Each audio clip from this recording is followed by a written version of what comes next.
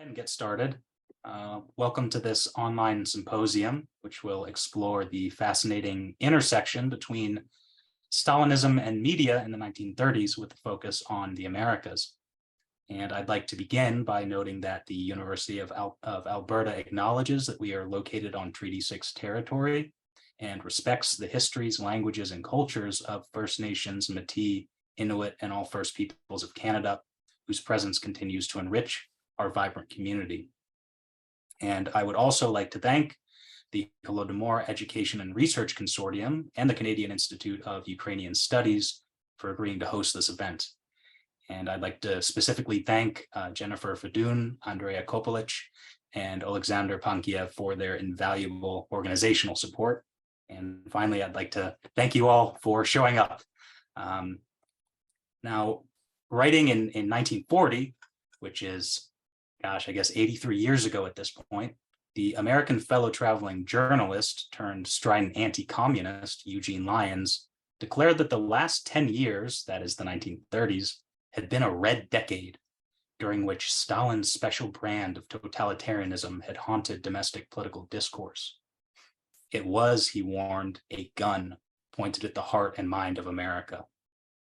But this threatening new ideology nonetheless held ready appeal for many of his contemporaries in the press, willing and enthusiastic participants in a communist-driven cultural front that the more sympathetic scholar Michael Denning would term a second American Renaissance. Indeed, the American intelligentsia's relationship with the Stalinist regime during the Great Depression remains as controversial and contested today as it was when Eugene Lyons contemporaneously decried what he called the indefensible taboo against criticizing the great experiment in Stalin's Russia. Yet, in order to understand why such a taboo existed, and why reporters like Lyons felt the need to break this taboo in the face of horrors like the Holodomor, one must engage with the promises and the perils of this great experiment through the lens of American media and American communist parties. And furthermore, it might be fruitful to expand that rather narrow definition of American to the broader Americas and their varied media landscapes, to a Latin America hosting the renegade Leon Trotsky, and to a Canada permeated with Ukrainian and Russian immigrants of every ideological variety. In doing so, we may draw lessons for our own time about the promises and the perils of political propaganda. And lastly, before we begin, I want to remind the audience, and I may remind people again later on, that questions can be asked in chat on Zoom or on Facebook, I believe, as well. And the panelists will have a chance to respond after the final presentation. Our first speaker is Dr. Ray Gamache, and Dr. Gamache is a retired professor of journalism, having taught for more than 35 years. His most recent book, Gareth Jones on Assignment in Nazi Germany, 1933 to 1934, was published by Welsh Academic Press in March 2021. Other publications of his include Gareth Jones' Eyewitness to the Holodomor, Tell Them We Are Starving, the 1933 diaries of Gareth Jones, and A History of Sports Highlights, replayed plays from Edison to ESPN. Dr. Gamache will be discussing the fascinating yet little known story of famed journalist Louis Fisher and his denial of Holodomor in the 1930s. And with that, I'll leave the floor to Dr. Gamache. So the title of my presentation is Merchants of Lies, Louis Fisher, the Nation and the Politics of Holodomor Denial.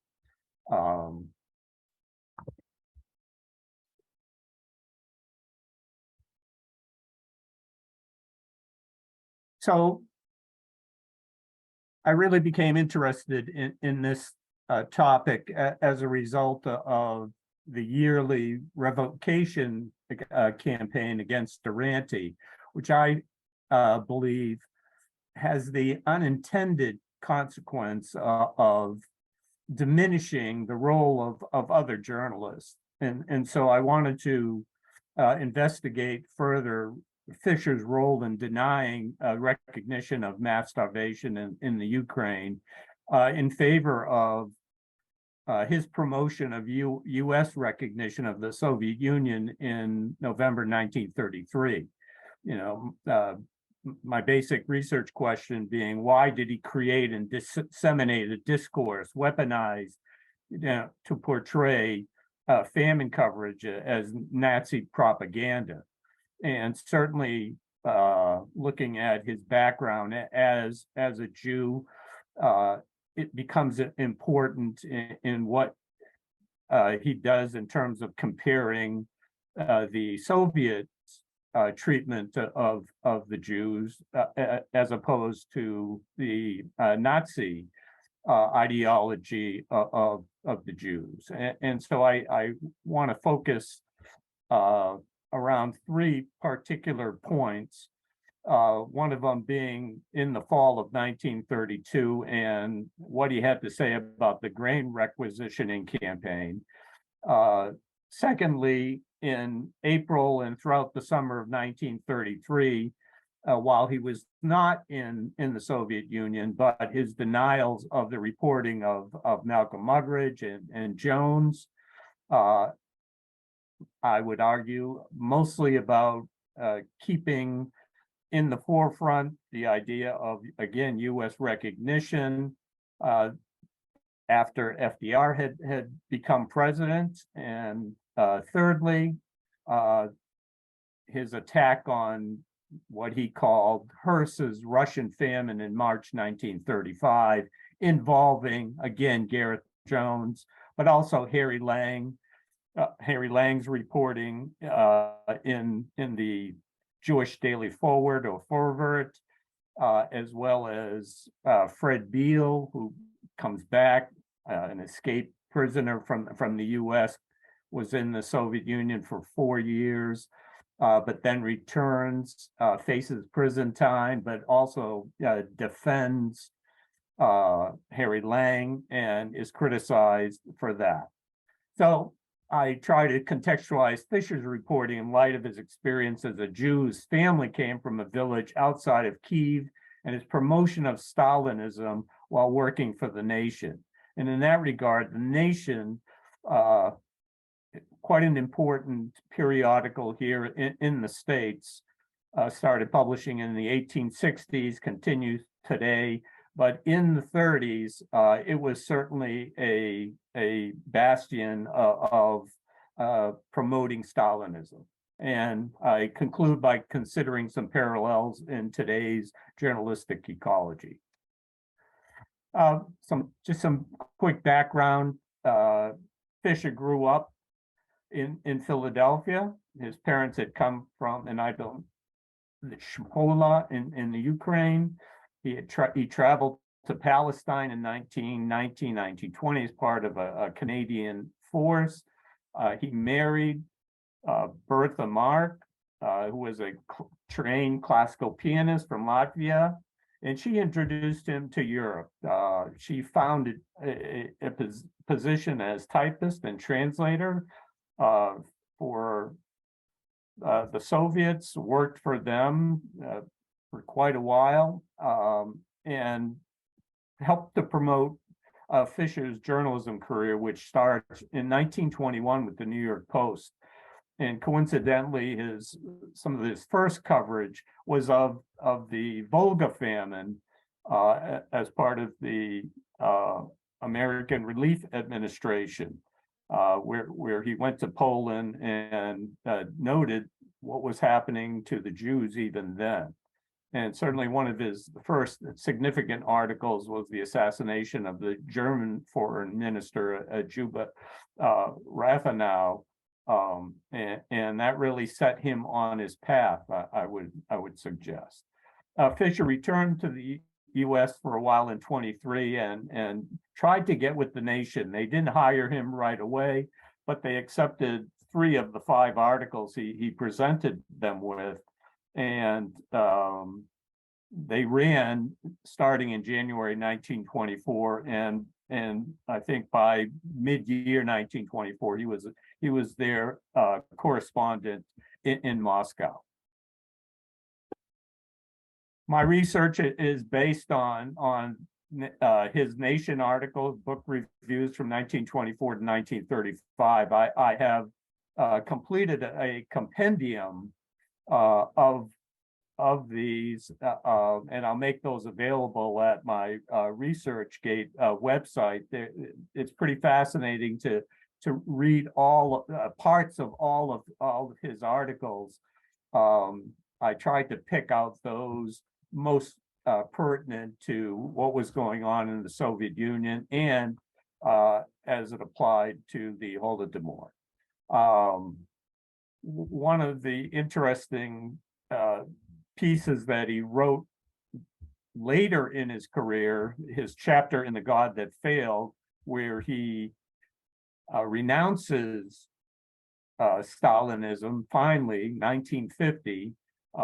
He first describes that process in 1941 in Men in Politics, and there's certainly a lot there. Some other sources I used was Lucy Robbins Lang's Tomorrow is Beautiful, Sarah Alpern's study of Frida Kirchway, who was the editor of The Nation, managing editor during the time when Fisher was writing for them, and other scholarship, including James Mace, Roman Serban, and others. So studies of journalism history, I believe, are really actualized in trying to create a recontextualization of events using the fragments, articles, notebooks, memorabilia, and also I use critical discourse analysis to illustrate how this liberal progressive print media really towed the Communist Party line in order to deny reports of mass starvation, attempting to rationalize Ukrainian deaths as necessary losses in the name of Soviet progress. And I think that Dr. Prown has done considerable work in this area, and as he has mentioned, it's pretty rich in terms of archival material that thus far has really not been covered, I believe, as it should be. And so the first major aspect is the idea of recognition, again, of the Soviet Union by the United States, something he pushed for and wrote a book in 1931 called Why Recognize Russia?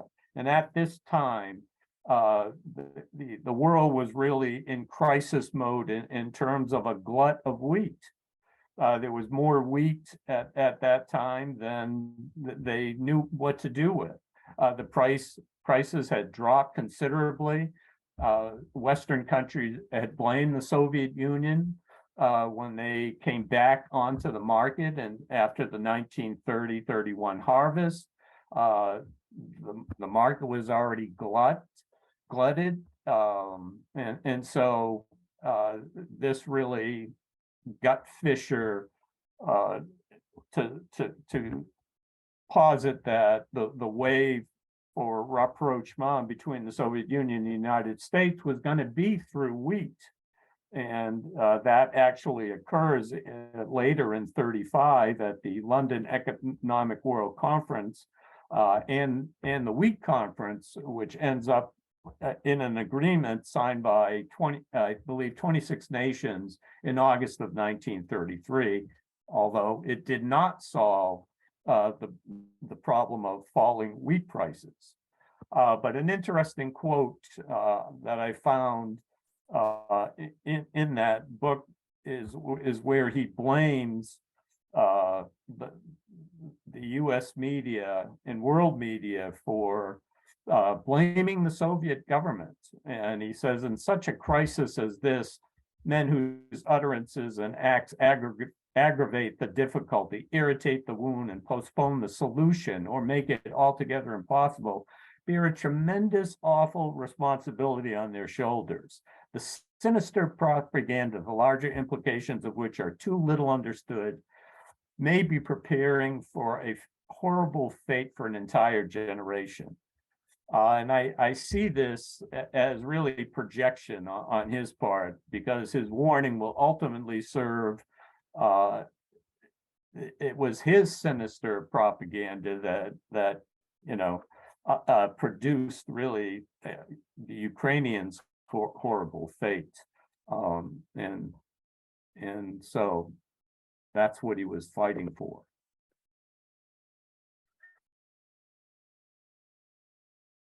So the first juncture, 1932, but as early as August, it was apparent that there were going to be significant difficulties in Ukraine. And he says, he publishes this in an article in August 1932.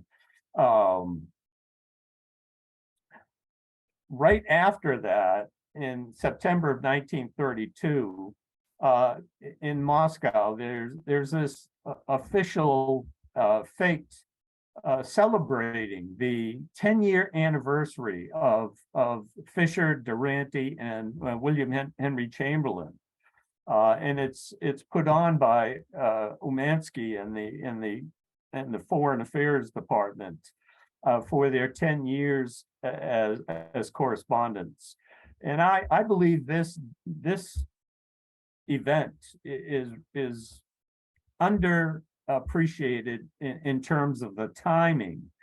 It was certainly an opportunity for the Soviets to remind these three journalists what was going to be expected of them in terms of this, quote, difficult winter ahead. Articles by people like Mencken and the New Statesman, Jones in the Western Mail, as well as reports from Cairns, Schiller, the American academics Hopper and Harper were predicting famine conditions as the winter approached, and the spring of 1933 they knew was going to be difficult. A more explicit warning, as many of you I'm sure know, was executed in the deportation of Rhea Clymer, whose journey with a couple of American women described those deteriorating conditions in the Toronto newspaper, and so there's a lot of information about that, but I see that event as really the Soviets clamping down and letting them know what their role was. So Fisher's response, in August 1924, he publishes an article called Private Profits in Russia, and he talks about grain procurement. And I really see this as an important article because he points to the exact cause of why this tragedy unfolds as it does. He understood one thing, and it's highlighted there in the quote: the practice of taking every last ton of cereals out of the villages in order to meet the state's needs is destructive of the government's best interest and will have to stop if agriculture is to progress. And so he knew that if you take all of the grain out of the villages, what's going to happen? Mass starvation is going to occur. And so for me, that was an important realization that as early as August of 1932, the wheels were in motion to create what eventually happens. Again, in December, he writes, he had visited Ukraine in October and datelined a story from Kharkiv. And he talks about, villages near a town like Kharkov normally enjoy greater prosperity than more distant agricultural areas, yet even those I saw within 35 miles of the city limits had no meat or sugar. In Poltava, Vinnytsia, Podolsk, and the Kyiv regions, conditions are much worse. The winter will be hard. I think there is no starvation anywhere in the Ukraine now. After all, they had just gathered in their harvest, but it was a bad harvest, etc. Again, to me, when he qualifies this idea, there's no starvation anywhere in the Ukraine now, I think he's implying that there may ultimately be mass starvation. So even though he was denying the idea of famine and mass starvation, I think in the back of his mind, he had to know what was going to happen. And that's why that one word now, to me, is an important condition. The second juncture occurs in March of 1933. First significant event is a little known press conference from March 15th, one of FDR's, Roosevelt's first official press conferences, where he actually acknowledges, though he tells everybody it's off the record and nobody prints anything of what he says, and yet he says quite explicitly that Russia will not be bringing a lot of export grain to the market simply because they need it in their own country, which suggests that he was getting reports from the State Department that famine conditions did exist. 2 weeks later, I think we all know about the Gareth Jones press conference in Berlin. You see the front page headline from the New York Evening Post, written by Knickerbocker, who was present at that press conference and does the story, and this is certainly one of the first stories in the American press talking about famine based on the press conference that Jones gave. We also have Duranty's infamous article, which I would argue did not have, it has significance now. At the time, it was published on page 13, and the front page news was really about the Nazi calls for boycott of Jewish businesses on April 1st, 1933. Fisher's response, he was not in the Soviet Union at the time when Muggeridge and Jones's stories come out, and so he disputes. When the reporters ask him about it, he goes, "Who counted them? How could anyone march through and count 1 million people? Of course, people are hungry there." And so, like Duranty's denial, where he criticized Jones for basing his story on a 40-mile trek through collective farms and when he goes into Ukraine. He says that was not a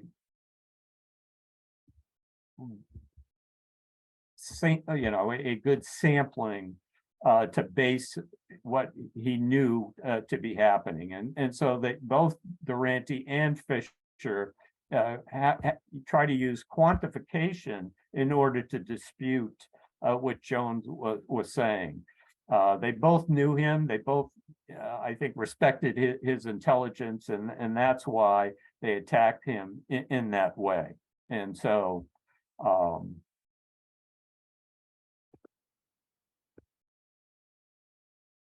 by the time the wheat agreement is signed, Fisher characterized calls for international relief as Nazi propaganda. And certainly that's evidenced in his article titled "Russia, Fear and Foreign Policy," where he points to Hitler and Hindenburg both openly contributing to public relief funds.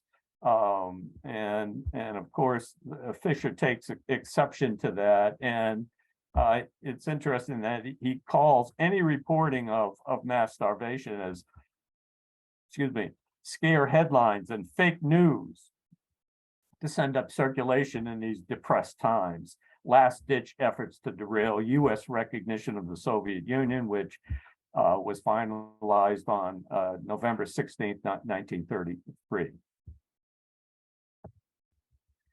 The third juncture is more of this, where he disputes the reporting in Hearst newspapers.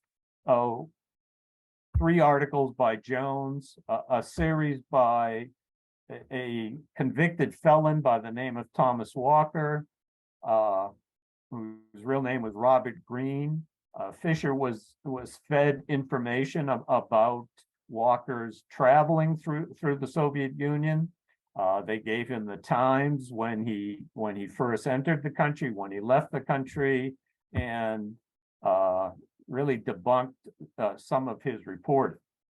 When it comes to Lang, it's quite a different story, in that Lang had traveled with his wife, Lucy Robbins Lang, in September and October in the Ukraine, and he publishes a series of articles in the Jewish Daily Forward between December 1933 and February 1934, and eventually those are republished in Hearst newspapers in English. And Lang is absolutely attacked. He's thrown out of the Socialist Party. He has to be escorted to work, to and from work, because his life has been threatened. And so it's interesting that the person who comes to his defense is an activist by the name of Fred Beale. Lucy Robbins Lang's memoir is called Tomorrow is Beautiful, and she is the one who describes what happened in terms of the publication in the Hearst newspapers. She says, hell broke loose. Communists concentrated on the fact that the articles that appeared in a Hearst newspaper, and Harry was held responsible for all the ideas that William Randolph Hearst had ever expressed. Mysterious cables from Kharkiv and Kiev intensified my dread. The same criticism was leveled against Trotsky for his coverage of the Moscow show trials in 1938. I provide you with Trotsky's response there. It's pretty interesting. And when Lang was expelled from the Socialist Party, like I said, Fred Beale came to his defense. Beale had escaped a U.S. prison sentence for his work as a unionist in North Carolina. And he ended up working at the Kharkiv tractor factory, organizing foreign laborers and serving as editor for their newspaper. And he describes exactly what happens to Lang and others who may have at one time supported what the Soviets were trying to do, and yet when the repression got to be too much, this is what he says. Some of these members of radical organizations in America are fearful of returning home and telling the truth. They would lose their friends and might even be denounced as fascists. One such radical comrade from New York, a member of the John Reed Club, told me in Kharkov that he would not dare tell his friends back home some of the same things he had seen in Russia. They wouldn't believe me, he said to me, and I'd be an outcast. So for publishing his accounts and defending Lang, Beale was labeled a counter-revolutionary. And he really has some interesting things to say in his memoir, Proletarian Journey.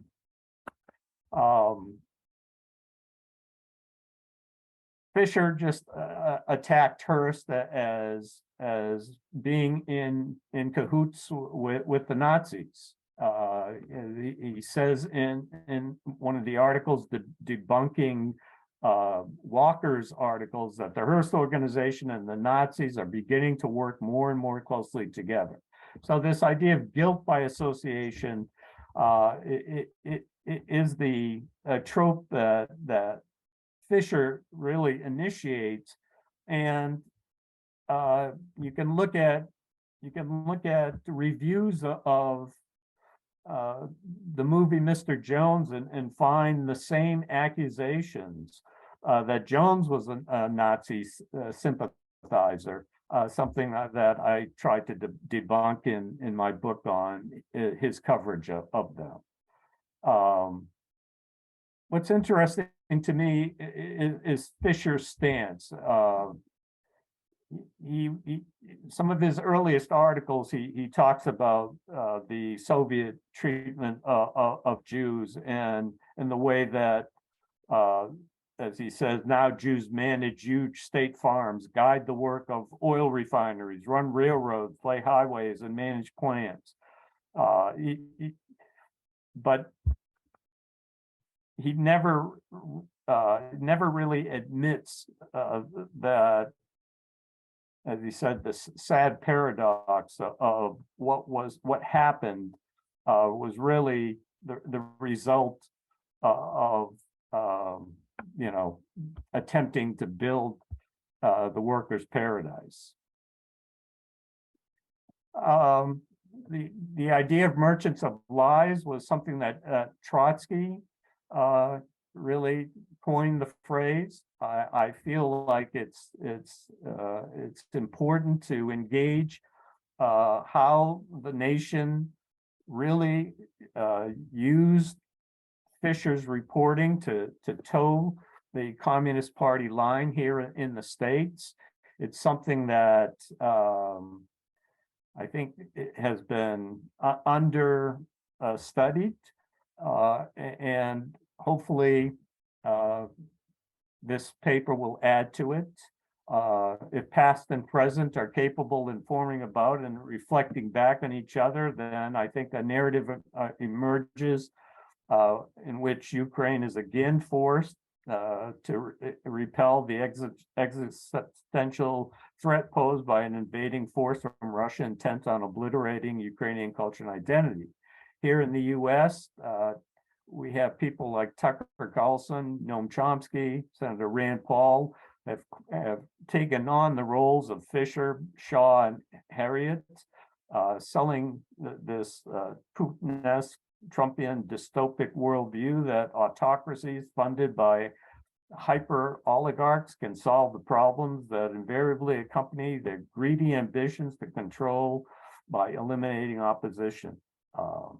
And I'd like to thank Dr. Prown for the invitation to present my work, and thanks to the organizational sponsors, the Holodomor Resource and Education Consortium, the Institute of Ukrainian Studies, and the University of Alberta. Thank you for listening. Thank you, Dr. Gamache. Our next speaker is Dr. Olga Andriewsky, and Dr. Andriewsky is an associate professor in the Department of History at Trent University. Her research focuses on late imperial Russia and early Soviet history, with a special interest in discourses relating to Ukraine. She will discuss her research on the Ukrainian language press, both communist and non-communist, in the US and Canada in the late 1920s and early 1930s, and its value as a source on the Holodomor. Specifically, she will talk about how this research challenges the idea of a hidden famine and what it reveals about the political mobilization of the Ukrainian diaspora in Canada and the US. Please go ahead, Dr. Andriewsky.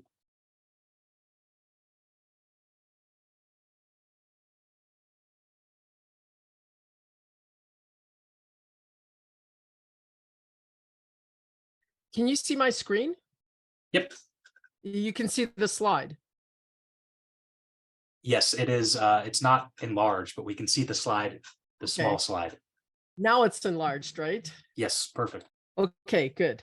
Well, thank you, Henry. I want to thank you for organizing this really interesting session. I've been looking forward to it for quite some time. Thank you to the Holodomor Research and Education Consortium and to Kius as sponsors of this event. And I want to follow up on, or rather continue the theme that Ray has started us on, which is the press and the Holodomor. And as Henry said, in particular, I want to challenge this idea of a hidden famine. It's a really common phrase that's thrown around. For a number of years, the Canadian Institute of Ukrainian Studies has been engaged in a research project on the English language press in Canada, and what was being published about events in the Soviet Union and Soviet Ukraine in particular in the late 1920s and 1930s. It was a project, I believe, initiated by Yars Balan, and a number of people have participated, including Serge, I believe. My own research, which I just started last year, really is focused on the Ukrainian language press in the United States and Canada in the 1930s. And it's really still in early stages, but I think based on what we know from what other researchers have found and what I've discovered, I think we can come to some preliminary conclusions. First of all, there was an enormous amount of information about the famine of 32-33 in the Western press in general, but especially when we look at the non-communist Ukrainian language press, we get a sort of almost day-by-day account of what was going on in Soviet Ukraine. For those of you who don't know, the 1920s and 30s were in many ways the heyday of the Ukrainian language press in Canada and the United States. There were scores of publications that catered to the large waves of Ukrainian immigrants who had come to the United States and Canada, who had begun arriving in the late 19th century. And for these early generations, for these first generations of immigrants, the Ukrainian language press really was vital as a source of information about what was happening in the new country, what was happening in the world, as well as what was happening at home in Ukraine, where almost everybody still had family and friends. Well, politically, Ukrainian newspapers in the US and Canada ranged from pro-Soviet and socialist periodicals on the left, like the Ukrainian daily news, the Ukrainsky Щоденні Вісті, which was published in New York, funded by the Communist Party, published from 1920 all the way until 1956. And the range went all the way to conservative and nationalist periodicals like Novy Shlach, which was established in Edmonton in 1930. The oldest and perhaps the most important, the most widely read of the non-communist publications was a newspaper called Svoboda, which means freedom. It was a daily newspaper published in Jersey City, New Jersey. It was founded in 1893, and it's actually the oldest Ukrainian language newspaper in the world because it still exists today. It was funded by the Fraternal Benefit Society, the Ukrainian National Association.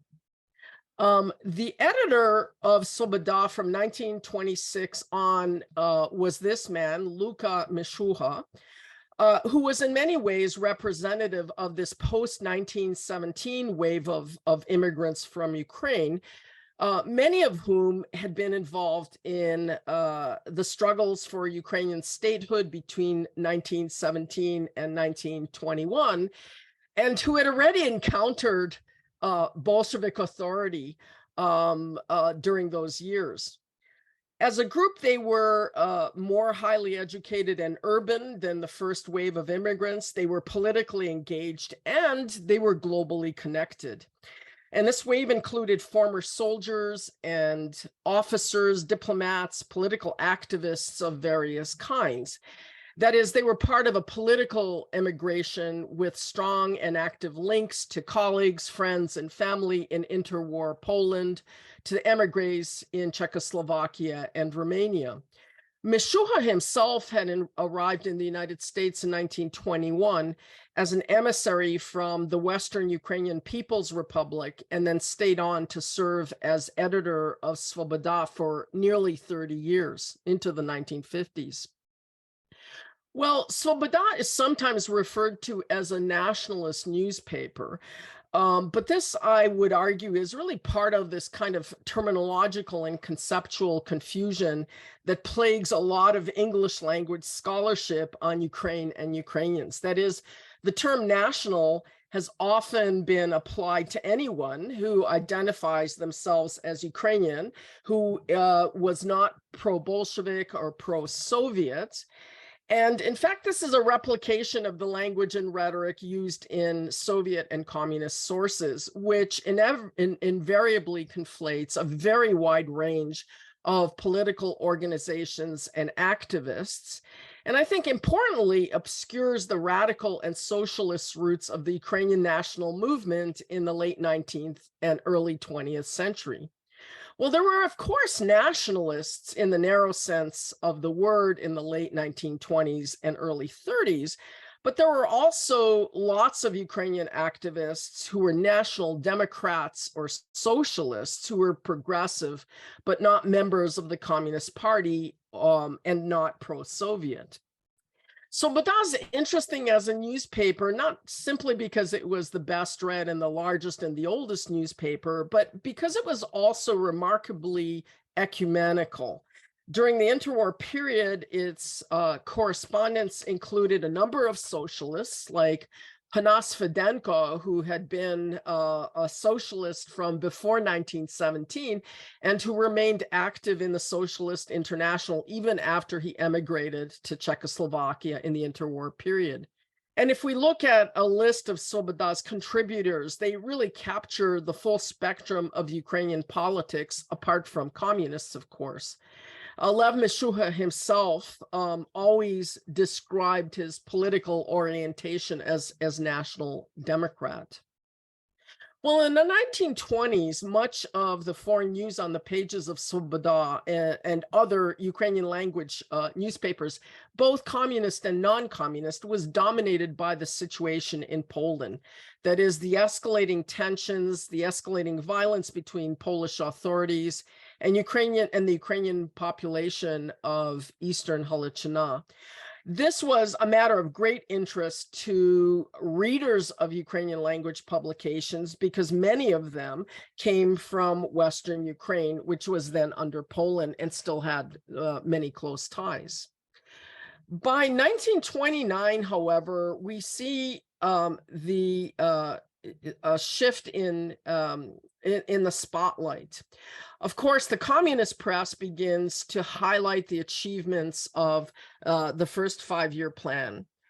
Svoboda, meanwhile, began writing about and focusing on the introduction or reintroduction of forcible grain requisitioning in the late 20s, and then the subsequent collectivization drive, and in particular, what they saw as the growing confrontation between the Ukrainian peasantry and the Soviet state.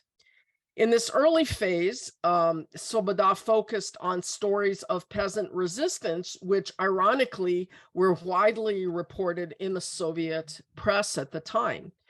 So throughout 1929, stories of peasants being put on trial and executed for counter-revolutionary activity began to appear regularly on the pages of Svoboda. And the newspaper began to pay very close attention as well to the political reprisals and arrests and show trials being conducted against the Ukrainian cultural elite, most especially the trial of the Union for the Freedom of Ukraine, the SVU trial in March and April 1930, as well as, and this is important, the arrests of Ukrainian communists. The very first mention of people going hungry, and the word in Ukrainian, as in Russian for hunger and famine are one and the same, starvation, hunger, famine, Holod, appeared in the non-communist press in 1930. And it appears because refugees from Soviet Union began crossing the border into Poland, Romania, and Finland in ever greater numbers. So they were the source for these reports. By 1932, there was growing evidence. Sorry. By 1932, there's growing evidence that this was, in fact, a large-scale human catastrophe, a result not of some environmental crisis, not a bad harvest, not drought, but in fact, the result of the policy of the state. So reports of starvation begin coming in from a wide variety of sources. And by the winter of 1932-33, Sloboda is actually publishing several articles a day, and you see the headlines here: millions dying in the Soviet Union. That's from March 1933, and that was based on an interview with Gareth Jones in Berlin that Ray talked about. So the story of the Holodomor begins to dominate the pages of the non-communist press and continues to dominate from 1932 well into the end of 1934. I think one question that's interesting and important to ask is, where is Svoboda? Where are the non-communist newspapers getting their information? After all, they didn't have reporters stationed in Ukraine, at least not officially. Rather, Svoboda published accounts that were found in other print sources about the famine in quote unquote Russia. The editors, of course, closely followed the English language press in the US and Canada and the UK, including the New York Times, although it's clear that the Ukrainian editors very quickly came to distrust Walter Duranty as a source and discounted him immediately, almost immediately. They gleaned a remarkable amount of information from the Soviet press, which was reporting that things were going badly because of the sabotage of the so-called Petluris, the remnants of the liberation struggle from 1917. But just as important was the regional press, that is, articles that were published in Czech, Romanian, Polish, Jewish, and German newspapers. And of course, most importantly, perhaps the Ukrainian language press in Eastern Poland, that is Western Ukraine, and especially the newspaper Dilo, the single largest Ukrainian language newspaper in Western Ukraine. That was a really important source. So evidence of a catastrophic famine that was artificially created began pouring in from a variety of different sources. And one of the things I think worth remembering, it's something that Ray mentioned, is that the Soviet Union in the early 1930s was much more porous than many people commonly assume. There were individuals emigrating from the Soviet Union who provided some of the earliest accounts. In April 1932, for example, one of Svoboda's correspondents in Czechoslovakia conducted a long interview with a Slovak woman who had recently returned after 20 years in Soviet Ukraine. She had married a Ukrainian and had been living in Kherson. And when her husband died, she decided to return home. And in her interview, she recounted in very graphic terms, not only the famine that was already gripping the countryside in 1932, but also the terror and the violence as well. And she described an explosive mood of anger and opposition in the countryside. This is April 1932. There were many refugees illegally crossing the Soviet border into Poland and Romania, as I've mentioned, and many of them provided first-hand accounts. There were foreign workers and technical specialists from Germany, the US, from Great Britain and France, who had traveled to the Soviet Union in connection with the first five-year plan and had begun returning with stories of hunger and misery and death. And even tourists provided eyewitness testimonies. And let that sink in. Tourists. I mean, Ray mentioned this as well.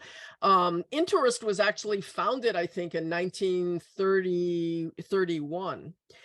And most famously, there was a Ukrainian-American couple, Marta Stabalo, and her husband, who had traveled to Ukraine in the summer of 1933. She went to visit her family and then discovered, much to their horror, that her own mother and brothers had died of hunger, as had some 150 people in their native village. Marta Stabalo was first interviewed by Le Matin in Paris, as well as by the US consul on her way home.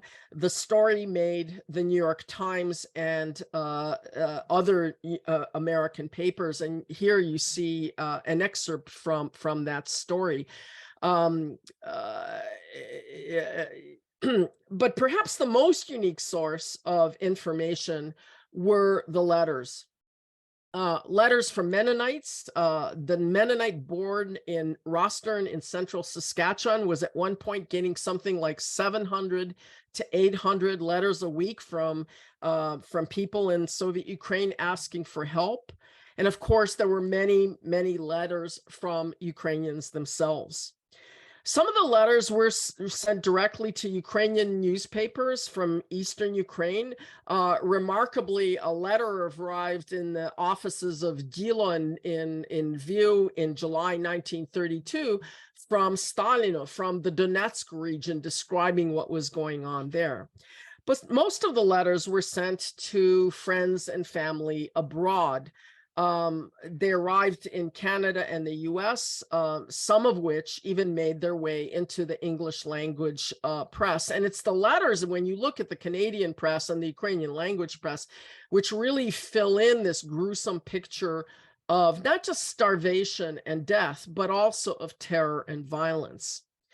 This was not a trickle of information. For anyone who was paying attention, this was a full-blown flood. Readers of the Ukrainian language press, and by this, of course, I mean the non-communist press, knew, if they were paying attention, that there was a terrible famine raging in Soviet Ukraine. They knew that it had been artificially created, and they knew that millions of people were dying. But Sloboda didn't simply report news of the famine. Throughout the fall of 1933 and early 1934, it published articles of the many efforts of the Ukrainians outside of Soviet Ukraine to raise awareness about what was going on, to try to organize relief efforts. It described the activities of the public committees to aid Ukraine, which had been established throughout Europe in the summer of 1933, in Lviv, in Prague, in Chernivtsi, in Warsaw, Bucharest, Paris, Brussels, and Berlin. Mishuha, the editor of Sloboda, himself maintained contact with the Lviv committee to aid Ukraine, and vigorously promoted this international campaign on the pages of Sloboda. The newspaper urged its readers to get involved, to organize, to protest, to write to local newspapers, to send letters to their political representatives. Committees to aid Ukraine were subsequently organized in a number of American cities where there were concentrations of Ukrainian immigrants. Sloboda highlighted their activities on a daily basis. And tellingly, in an effort to sort of reach an even wider audience, in October 1933, Sloboda began to publish an English language version of its newspaper, the Ukrainian Weekly, which was aimed at the children of immigrants who perhaps no longer were able to read Ukrainian, but also to a broader English speaking audience. Reading Svoboda and the other Ukrainian language newspapers, one really gets the sense of the scale and the extent of this international campaign. These were not merely individual or local initiatives, as they're sometimes depicted. This was a very sophisticated, well-coordinated international campaign to mobilize the Ukrainian community to enlist the support of the Western public opinion, and to put pressure on the Western powers to turn their attention to the starving millions in the Soviet Union. Virtually every non-communist political party and organization participated, from the Ukrainian socialists on the left to the conservatives and nationalists on the right. Ukrainian socialists appeared at the Socialist International meeting in Paris. Ukrainian veterans appealed to the International Conference of Combat Veterans meeting in Geneva. Ukrainian Women's League organizations appealed to their colleagues in the International Alliance of Women. Ukrainian students raised the issue at the Conference of Catholic Students in Luxembourg. And working behind the scenes and through various contacts, Ukrainians managed to get the matter before the League of Nations on September 29th, 1933, where the famine in Ukraine was discussed in a closed, but by all accounts, very stormy session. By October, they then turned their focus to the United States, which was in the midst of negotiating diplomatic recognition of the Soviet Union. Letters arrived in Washington in October from around the world, from Prague, from Paris, from Brussels and Berlin, and especially from Canada. The United Ukrainian Organizations of the US, which is a kind of forerunner for the Ukrainian Congress Committee of America, which is an umbrella organization for all non-communist Ukrainian organizations, sent a memorandum urging President Roosevelt to send an American commission to Ukraine to investigate the situation, to withhold recognition, or simply to send relief. And all of this was covered in the Ukrainian language press. And this leads me to my second point. The political mobilization of Ukrainians outside Soviet Ukraine around this issue of the famine, the extent of the international campaign in the summer and fall of 1933, a campaign which reached all the way to the League of Nations and the White House, clearly rattled Soviet authorities. The Ukrainian National Women's League, for example, had organized a massive letter-writing campaign in the fall of 1933 and had all of its branches contact local newspapers, political representatives, and prominent members of the public. And one Connecticut congressman, Herman Koppelman, who had himself been born in Odessa, he was a Roosevelt Democrat, having received this memo, forwarded it to Maxim Litvinov, the Commissar for Foreign Affairs of the Soviet Union. Litvinov replied with remarkable speed, denouncing the memorandum as lies circulated by counter-revolutionary organizations. And subsequently, this was followed up by the Soviet charge d'affaires in Washington, who wrote a long reply to the congressman in which he cited Walter Duranty, that all talk of famine is ridiculous, and referred to Gilo as an organ issued by an emigre group in Poland by former feudal landlords of the Ukraine.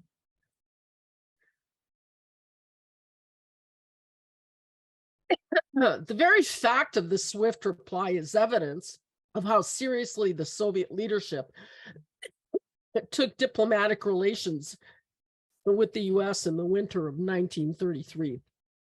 In the fall of 1933, as we know from Henry's research, Moscow launched its own public relations campaign aimed at the American and Canadian public. And this was something that the Ukrainian language press covered as well. Much was made of the visit of Henriot, the former Prime Minister of France, in the fall of 1933, a visit during which he too famously declared that there was no famine in Ukraine. From the memorial literature, we also know that the famine fundamentally transformed relations within the Communist Party in Canada. News of the famine unsettled the ranks of the Communist Party abroad, particularly Ukrainian communists in Canada, the so-called Ukrainian Labor Temple Association, who constituted a significant part of the Communist Party membership in Canada in 1933. It's estimated that Ukrainians made up about 1/3 of the membership, and they were the single largest group after the Finns, far outnumbering, of course, the members of English origin. Danilo Labai, the man pictured here, was the longtime editor of the Ukrainian Workers' News, Ukrainski Robitnichi Visti, and one of the founders of the Ukrainian Labor Temple Association. And he later described that by 1933, it was no longer possible to deny the existence of an artificial famine. Labai and several other members of the Temple Association challenged the party's interpretation of events at meetings, but Labai was given strict instructions by the party not to mention the famine in the newspaper. But particularly unnerving for Labai and other Ukrainians were the arrests of their colleagues, Communist Party members from Western Ukraine who had emigrated to Soviet Ukraine, and above all, the arrests of Miroslav Irchan and Ivan Sembai in 1934 on charges of belonging to a nationalist Ukrainian counter-revolutionary organization working to overthrow Soviet rule in Ukraine. And that really struck a nerve with the membership, because both of these men had played leading roles in the Ukrainian Labor Temple Association before they left for Soviet Ukraine. They were well known to the members, many of whom found it difficult to accept the accusations against these men, accusations that were now being published in their own newspaper. The famine, in many ways, and the arrests brought to a head a conflict that had been brewing within the Communist Party for some time between the Central Committee of the Communist Party of Canada and the Ukrainian Labor Temple Association, which had throughout the 1920s functioned more or less as an autonomous organization within the party. The Central Committee had been critical for many years of the Ukrainian Association's emphasis on cultural and educational work at the expense of political activity. And eventually, Labai and the 30 leading members, all Ukrainians, were forced out of the party and denounced for their counter-revolutionary nationalist deviation. Subsequently, the Ukrainian Workers' News faithfully adhered to the Stalinist lines. But according to Rhonda Hinter, who takes as her source the Communist Party documents, the membership numbers of the Ukrainian Labor Temple Association dropped by half after Labai was expelled, and only rebounded again on the eve of the war before the organization was finally closed down during the war in 1940, when the Hitler-Stalin Pact went into effect. Whether Ukrainian communists in the US experienced any kind of similar internal turmoil in the 1930s, I think, is a fascinating question that needs to be researched. One thing I will note is that Marta Caballo, the tourist who had encountered the famine firsthand, who had gone to Soviet Ukraine in 1933, was originally a member of the Communist Party in the United States. And finally, to conclude, I want to throw out a question that I think is in some ways at the heart of our discussion today. And that is, given all of the available information, given the international campaign mounted by Ukrainians outside the Soviet Union, why was there no international response? By this time, there was a history of famine relief that dated back to the 19th century. Americans and Canadians had organized relief efforts in Russia in 1891 and 92, and again in 1921-22. The Soviet cover-up is certainly part of the story, but I don't think it's the entire story.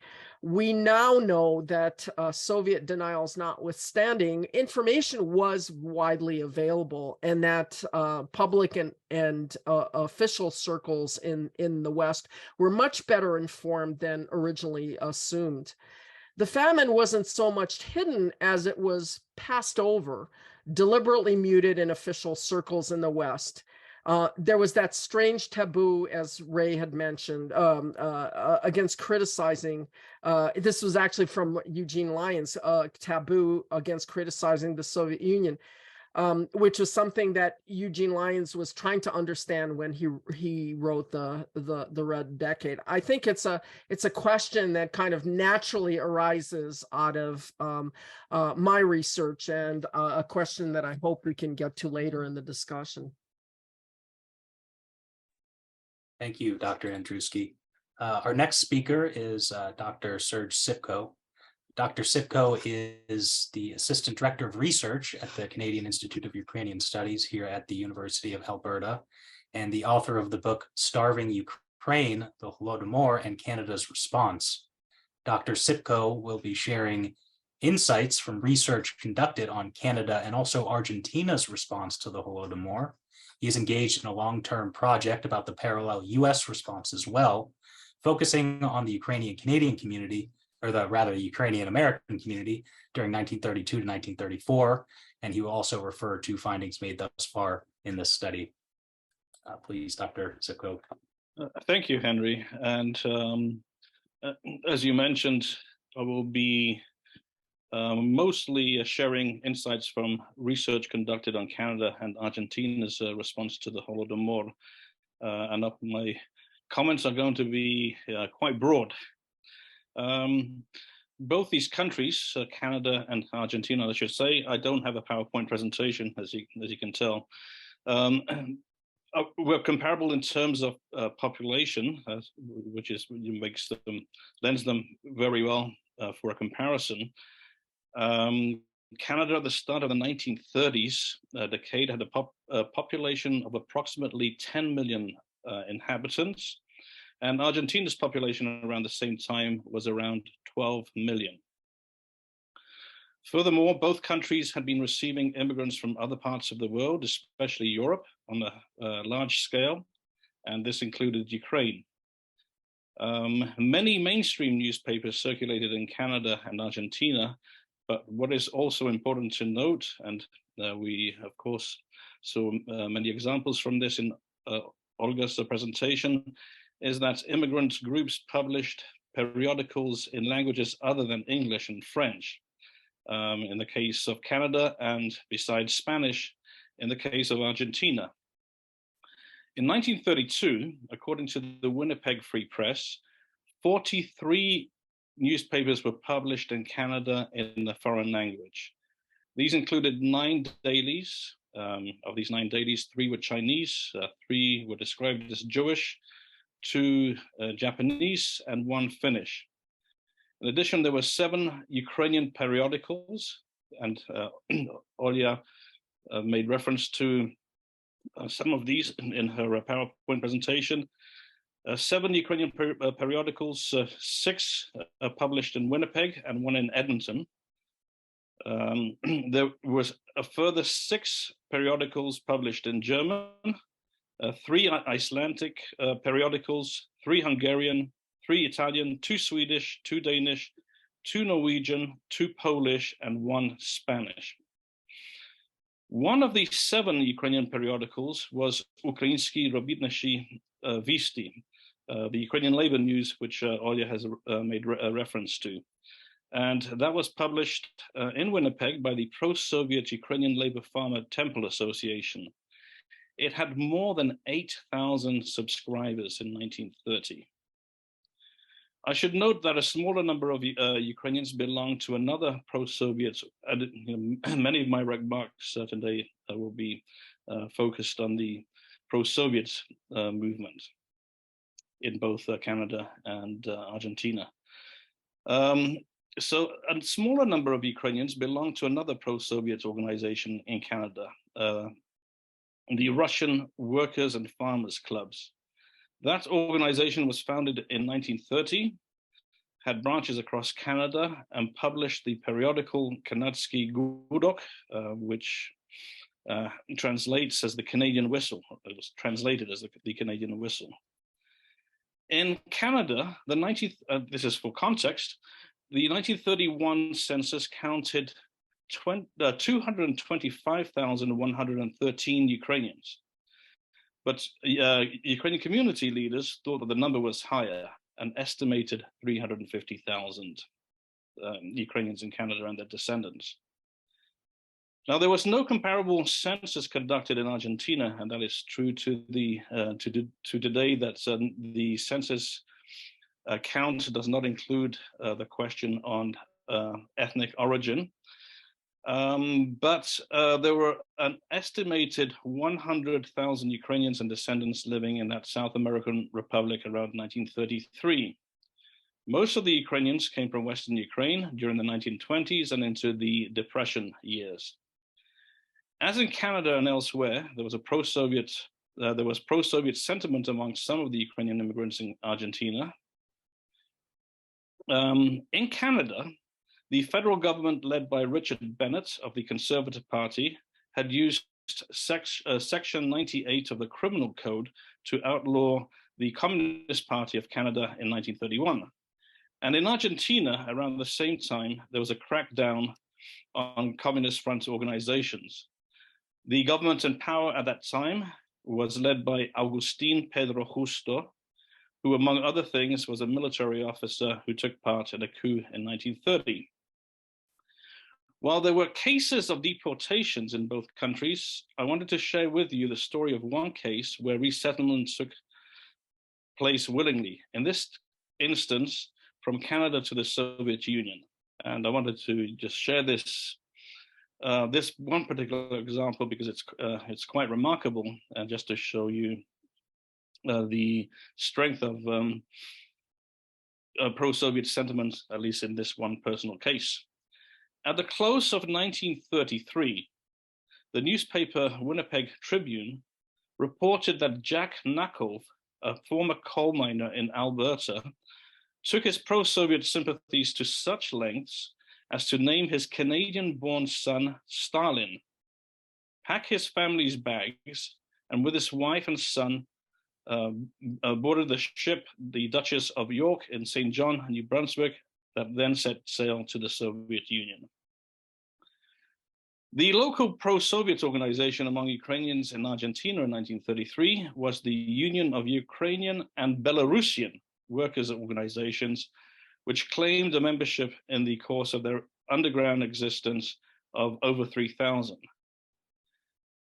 Two of the pro-Soviet movement's leaders were pre-World War I immigrants to the United States who were deported from there in 1919 for their pro-labor activities, and then later emigrated from Western Ukraine to in Poland to Argentina. A major concern of the Argentine government was the expansion of communist influence in the country, including among the immigrant population. A report by the Ministry of the Interior to the Argentine Congress expressed the concern that communism was growing rapidly in the country. It said that more than 1,600 persons had been arrested in 1933, charged with communist activities, though most were released because of a lack of laws under which these activities were punishable. Notwithstanding this, the Argentine Supreme Court ruled on the 11th of August 1934 that no one holding communist views could be naturalized. A candidate for naturalization had to swear allegiance to Argentina and its institutions. The report added that there were 227 subversive publications in Argentina, of which 40 were published in Russia. The publications was not, the word publications was not defined. But 40 of them were published in Russian, 33 in Yiddish, 27 in Ukrainian, and most of the rest in other foreign languages. It was this fear of expansion of communism that would account in part for Argentina resisting the extension of recognition to the Soviet Union and opening diplomatic ties with it. Even economic ties were restricted after 1931, when the Argentine authorities arrested members of the Soviet's commercial agency, Yugoslav, for suspicion of inappropriate activities, and then went on to dissolve the company. A trend that may be observed in terms of recognition is the general reluctance in the Americas to extend diplomatic ties with the Soviet Union at a time when countries in Europe were moving towards closer ties with it. When the United States recognized the Soviet Union, it was apparently the 24th country in the world to have done so. In all of the Americas at that time, only Uruguay had full diplomatic relations. Mexico had such relations, but later broke ties with the USSR. In fact, I have before me a list of the countries that had of those 24 countries, and a list of 28 countries that, according to the New York Times, still denied recognition. I just want to mention here, the situation in Canada in this regard, because the New York Times had noted that the British dominions also trade with the Soviet Union, but they have not extended recognition. Well, what had happened is, in 1931, the Conservative government imposed a partial embargo on trade with the Soviet Union. In response, the Soviet Union imposed a complete embargo on imports from Canada. And of the 20, because we are talking about Latin America in this regard, of the 28 countries that was said to have still denied recognition to the Soviet Union, 16 of them were Latin American. So the 16 countries were listed among the list of 28 countries. Now, I just wanted to note that this reservation vis-a-vis the Soviet Union among Latin American countries continued when the vote took place in Geneva on the 17th of September 1934 to admit the Soviet Union to the League of Nations.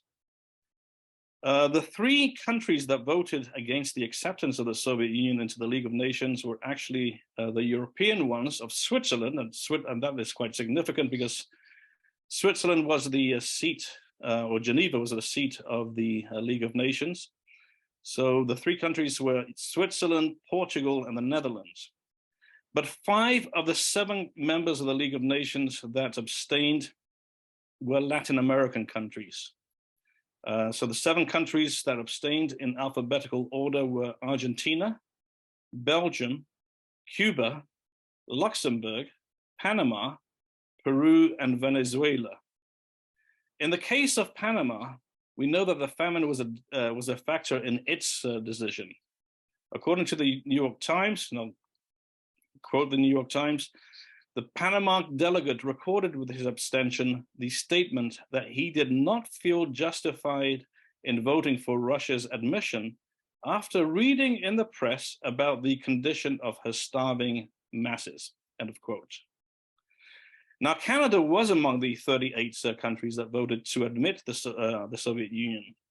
It did so due to the growing fear of Nazi Germany and also Japan. And I should note that both countries had by then withdrawn from the League of Nations. But the Canadian position during the debate referenced the famine and expressed the expectation that the Soviet regime would do everything possible to relieve distress, as any member of the League of Nations would. In Argentina, the local Ukrainian organization Prosvita, which translates as enlightenment, endeavored to counter pro-Soviet influence among Ukrainians in the country. Its periodical Ukrainskie Slovo, Ukrainian word, reported extensively on the famine. So, what you heard from Olga about Svoboda, it reminded me of Ukrainske Slovo, with the major difference, of course, that Ukrainske Slovo was a weekly, but some of the material that you would see in Ukrainske Slovo in 1933, you would also see in newspapers such as Svoboda and other ones in Canada. Anyhow, it was reported extensively on the famine, and the newspaper urged Sovietophiles in Argentina to read the mainstream press about the famine if it did not believe what it had to say about it.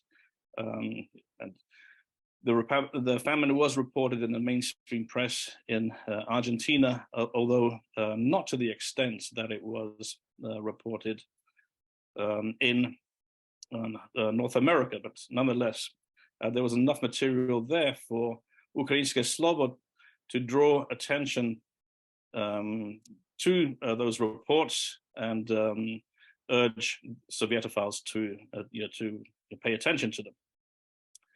Now, this brings up the question of what was said in the pro-Soviet press about the famine, and what articles in the mainstream press did it make a reference to. And we just heard from Olga that Dmytro Lobai was told not to mention the famine in the local Ukrainian Canadian pro-Soviet newspaper. Anyhow, I will talk about one example and share one example of the reference to the famine, or although not a direct one, in that newspaper. In the case of Argentina, unfortunately, I was never able to locate the pro-Soviet Ukrainian newspaper Ukrainska Robitnaya Gazeta, which translates as Ukrainian Workers' Newspaper. But I did review the Canadian Ukrainian periodical Ukrainsky Robitnachi Viste for the famine years. And one example from that periodical that I wanted to share with you is an article that it published in the autumn of 1933. In that article, Ukrainsky Robitnachi Viste drew its readers' attention to the aphorism, quote, "He who will not work shall not eat," end of quote. This was an aphorism, it said, that the newspaper that was currently being supported in the Soviet Union. And noteworthy in this regard is that the mainstream Canadian press had quoted individuals making similar statements across Canada.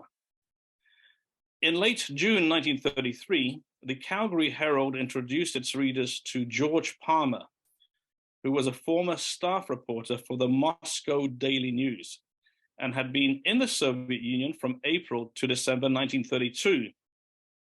The Calgary Herald reported that Palmer asserted that work or starve was a dictum in the Soviet Union. Palmer claimed, and I'll quote the Calgary Herald, "The majority of those who preferred death to work were permitted to die off," end of quote.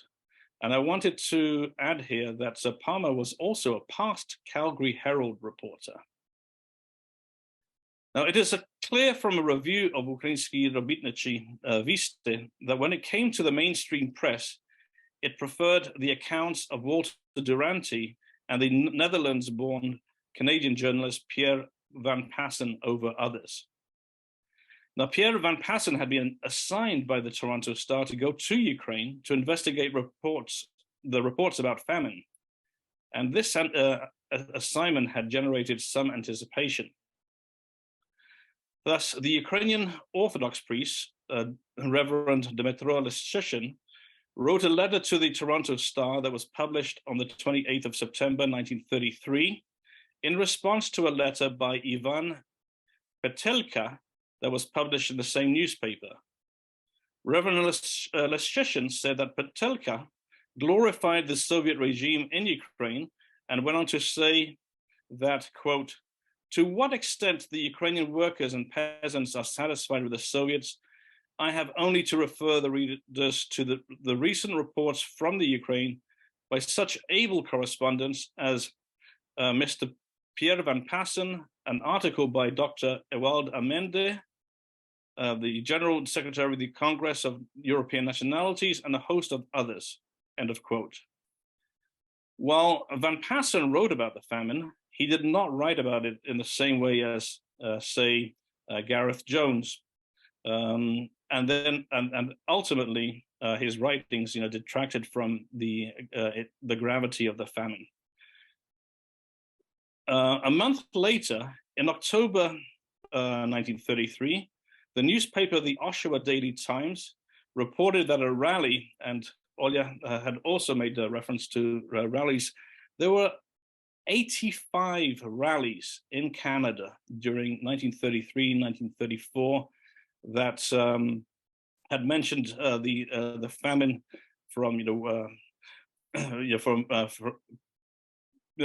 either it was mentioned or it was the focus of the rallies. 85. So the Oshawa Daily Times reported on one of these rallies that was held in Oshawa, and there the Reverend Luke Standret of the Ukrainian Presbyterian Church denounced Pierre Van Passen and others for their, quote, fallacious accounts of the events in the Soviet Union. At the start of 1935, the Edmonton Bulletin serialized an account about the Soviet Union, including the famine by Gareth Jones, which we heard was has been the focus of Ray's work. In response, a letter to the editor was printed expressing surprise that the newspaper had, quote, published these articles without comment. For at the same time, your special correspondent, Mr. Van Passen, in one of his articles, mentioned the starvation in Russia that no one can find who goes there, end of quote. Finally, although I was never able to locate the Argentine-Ukrainian periodical Ukrainska Robitnecha Gazeta, I was able to see the Uruguayan Ukrainian periodical Robitnik, which was published for a short period starting in 1934. That very year, an article appeared in Robitnik of Uruguay bearing the title, quote, Western Ukraine in the grip of hunger and taxes, end of quote.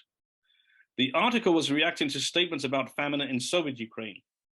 According to Robitnik, bourgeois Ukrainian lackeys of Polish fascists were spreading such stories at a time when famine, according to it, reigned in Western Ukraine, and while the Soviet Union was setting an example to the world. In 1936, the pro-communist American newspaper, the Daily Worker, ran a federated report by Pierre Van Passen. The report was about famine, not in the Soviet Union, but in neighboring Poland. Thank you, and I'll end there. Thank you very much. Thank you, Dr. Cipko. And our final speaker today will be Dr. Harvey Klehr. And Dr. Klehr is the Andrew Mellon Emeritus Professor of Politics and History at Emory University.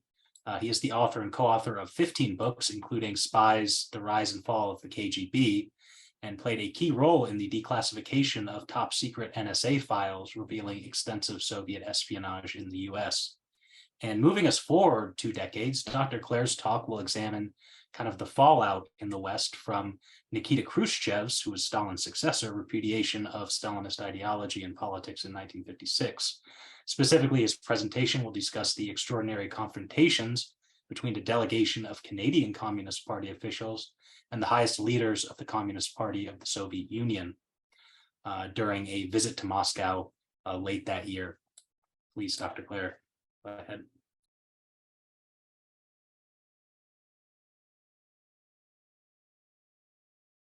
Need to unmute myself. Thank you, Henry. And thank you to all the sponsors of this event. It's been very, very interesting. Nikita Khrushchev's denunciation of Joseph Stalin's cult of personality, delivered at the 20th Communist Party of the Soviet Union's conference on February 25th, 1956, marked a turning point in the history of the world communist movement. The secret speech detailing some of Stalin's many crimes was given at a closed meeting restricted to top Soviet party officials. No foreign communists were in attendance.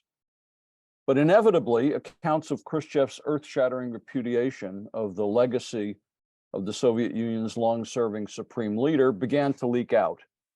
And by March, stories were circulating in the Soviet Union and Eastern Europe. By late March, copies of the full text of Khrushchev's secret speech in both the original Russian and Polish translation were available for sale at outdoor markets in Poland, according to declassified Soviet embassy reports and Polish security records. The Israeli intelligence agency, the Mossad, was able to obtain a copy of the speech and gave it to the CIA, which leaked a version to the New York Times. It was printed on June 5th, 1956, and created both a sensation and a crisis for Western communist parties, confirming many of the charges they had so persistently and continuously denied for decades. Before the speech was published in the West, both the Communist Party of the United States and the Communist Party of Canada began to reckon with the fallout. In this talk, which is part of a larger project in which I am engaged with Mark Kramer of Harvard University, I want to focus on the issue of Soviet anti-Semitism. A significant proportion of the membership of both parties was Jewish. Many of them were themselves first or second generation Americans with relatives in the Soviet Union and a deep concern with the flourishing of Yiddish culture there. They had been shaken beginning in the late 1940s with the disbanding of the Jewish Anti-Fascist Committee and the disappearance of numerous prominent Jewish writers and intellectuals, many well known in the West, including Yitzhak Pfeffer and Solomon Michaels, all later revealed to have been executed. In early 1949, the Soviet press launched a massive attack on rootless cosmopolitans, a thinly veiled cover name for Jews. And in the early 1950s, numerous Jewish doctors were accused of medically murdering Kremlin leaders.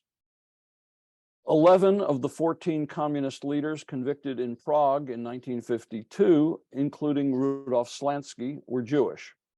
They were accused of spying on behalf of Israel, Zionism, and the United States. Most were executed.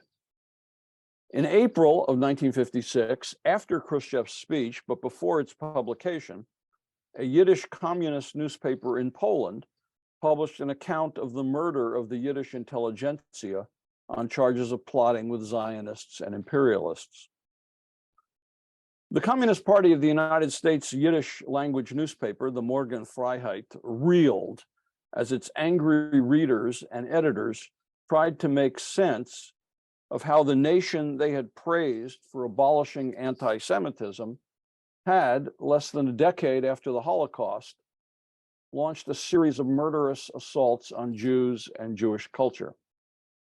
Its editor, Paul Novick, agonized about what had at first, quote, seemed to be a misunderstanding, then a puzzle, and later as the years passed, an inexplicable nightmare, end quote, and promised never again to be subservient to the Soviet Union. In Canada, unease about the situation of Jews in the Soviet Union had first been raised by Joe Salzberg, one of the most popular and well-known communists in Toronto. A labor organizer and elected official in the Ottawa legislature, he had joined the Communist Party in 1926 after being raised in a Hasidic family and achieving prominence in the Marxist Zionist Pole Zion Party. The Canadian Communist Party was banned in 1940 by the Canadian government, but was resurrected as the Labour Progressive Party, LPP, in 1943. Salzberg had been disturbed in 1947 after visiting communist Poland and then being denied permission to go on to the Soviet Union.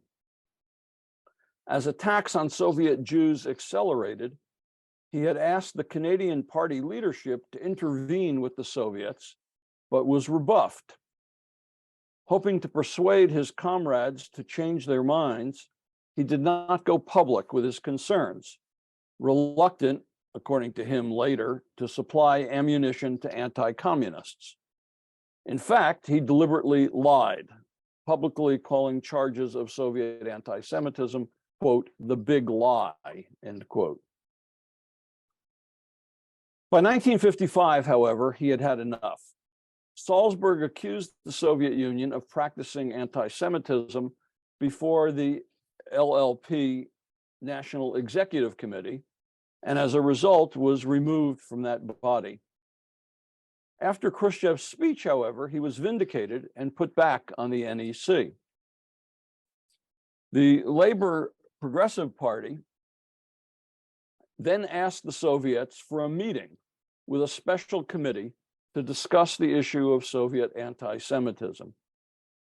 In mid-August 1956, the official LPP delegation, including Salzburg and party leader Tim Buck, arrived in Moscow. The group met with Mikhail Suslov, Boris Ponomarov, and Nikita Khrushchev. Salzburg recounted their meetings in several articles in the Yiddish communist newspaper Wochenblatt and in the Canadian Jewish Weekly. His biographer, Gerald Tolchinsky, also used Salzburg's notes on the meetings that he found in Salzburg's papers. No researcher up to now has looked at Soviet records of the meetings, which were quietly declassified in Suslov's papers a decade ago. The Soviet records confirm Salzburg's reports of the meetings, which in his view were a disaster. In the meeting with Khrushchev, Khrushchev repeated the falsehood that there was no anti-Semitism in the Soviet Union. Almost immediately, however, he then claimed that what anti-Semitism there was a result of a significant portion of the Soviet population being peasants, only a generation removed from backwardness. The Soviet leader insisted that Jews held prominent positions within the Soviet Union. Yiddish, he argued, was a dying language, and most Jews had no interest in preserving its culture. Those who did could settle in Birobidzhan, the Soviet homeland, or the homeland that the Soviet Union had established for Jews in the 1930s in Siberia. Khrushchev also repeated the false claims that Soviet leaders had been making since early 1956 about the doctor's plot, blaming the whole thing on Lavrentia Beria, who in reality had been instrumental in securing an official renunciation of the doctor's plot a few weeks after Stalin's death. Khrushchev further insisted that the Jewish Anti-Fascist Committee had been disbanded because it had become a center for Jewish nationalism and chauvinism. Returning from Moscow, the delegation issued a largely uncritical report, accepting the Soviets' explanations. Angered, Salzburg lashed out at the Soviet leadership and his Canadian comrades. One of Salzburg's close friends, Morris Biederman, later recounted that Tim Buck, who was certainly no admirer of Salzburg and was a orthodox Stalinist, that Buck had privately admitted to him that, quote, Khrushchev is an anti-Semite, end quote. While large numbers of Jewish communists responded to the episode and the brutal crushing of the Hungarian Revolution by quietly abandoning the Communist Party of Canada, no other accounting of this confrontation ever appeared publicly.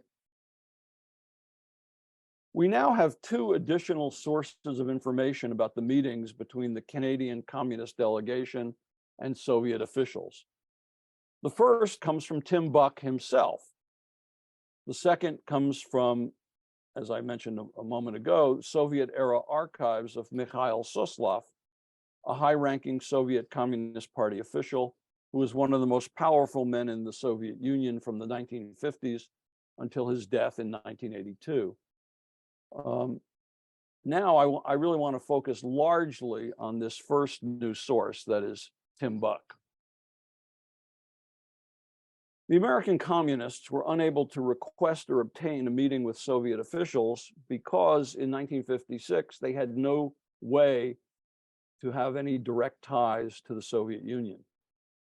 Since 1948, when its leadership had been convicted under the Smith Act of conspiring to teach and advocate the overthrow of the government by force and violence and been sentenced to prison, the Communist Party of the United States had faced relentless pressure from the American government. Party leaders had either gone to jail in 1951 when the Supreme Court upheld their convictions, or jumped bail and gone underground. A series of trials of second string leaders had paralyzed the party in the mid-1950s. Prominent communists, furthermore, could not obtain passports. Those in charge of the American Party communicated with the Soviet Union via Canadian communists, who faced none of these constraints. Buck, the longtime leader of the LLP, frequently traveled to the Soviet Union.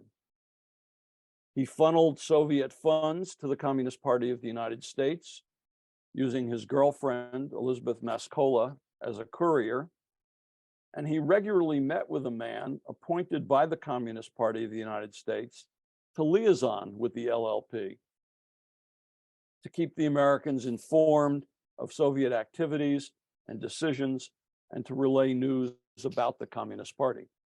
That man with whom Buck met was Jack Childs, an American communist since the late 1920s, who had been trained in the Soviet Union as a radio technician and been a member of the party's secret apparatus for many years. What Buck did not know was that since 1952, Jack Childs had also been an informer for the FBI, along with his older brother, Morris.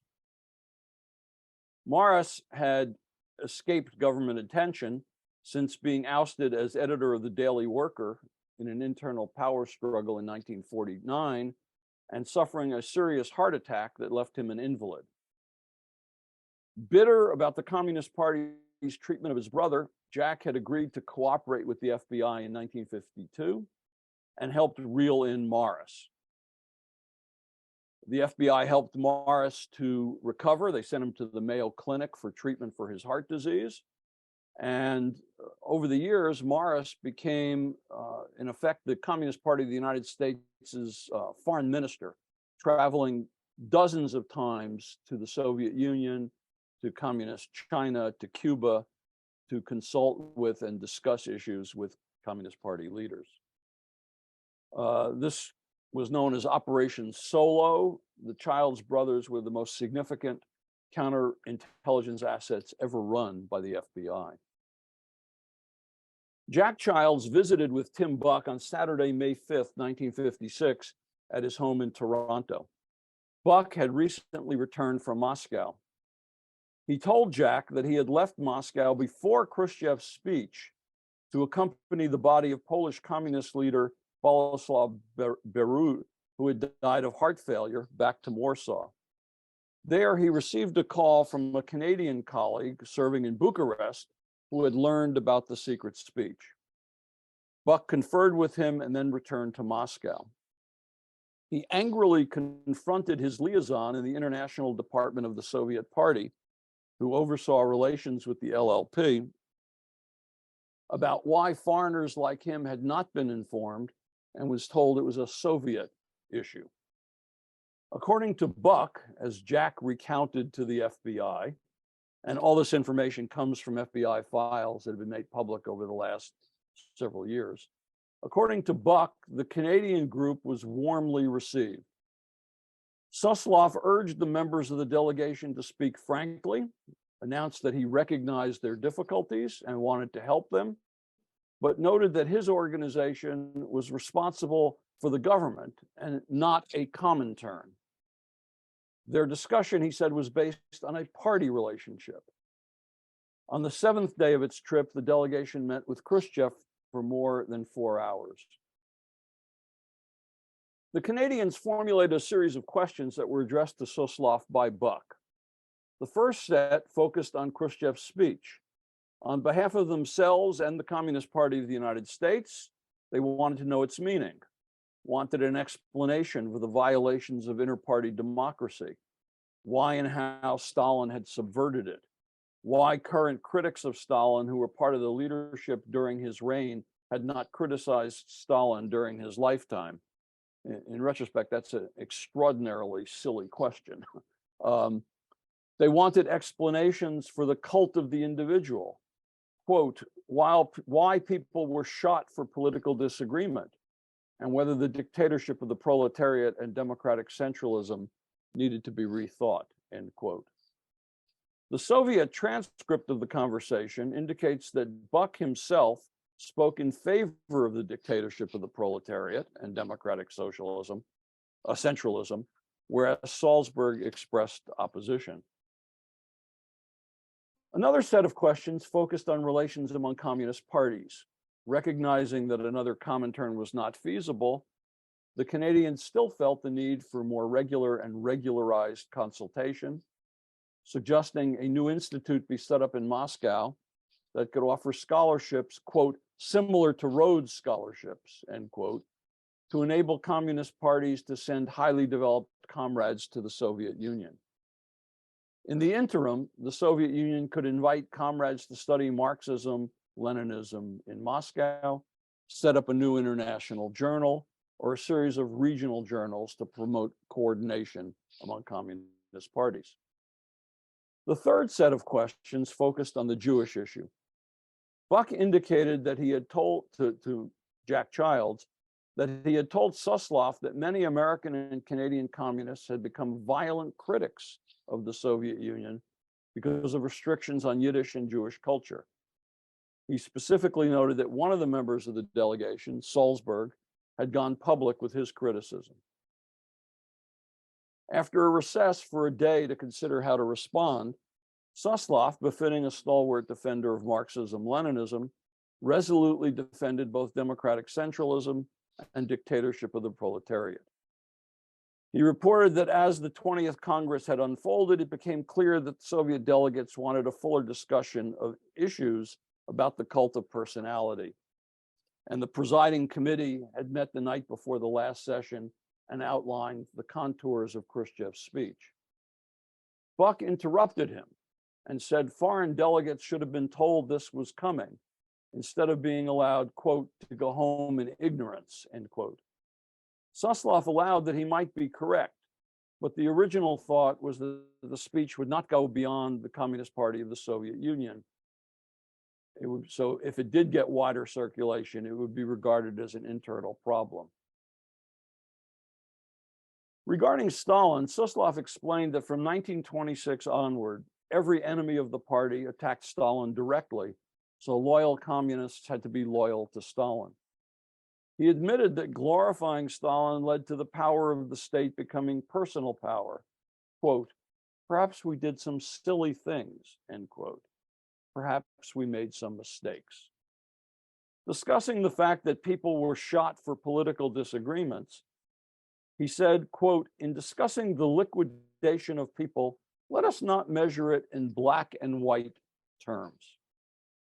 Suslov then explained that as a member of the district committee in Rostov, he had received an order to carry out a purge that ended with only he and 2 others avoiding arrest and 5,000 communists arrested.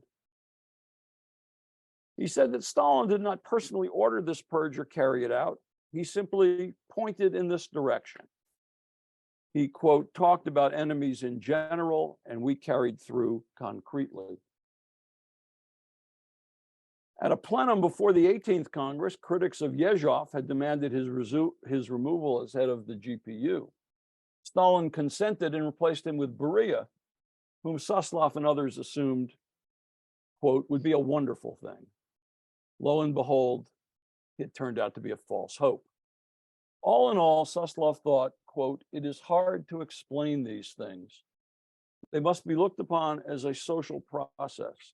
Stalin was obsessed with enemies and drove people like him to find those enemies resulting in the decimation of the party. Young communists like himself regarded Stalin as an oak, as strength itself.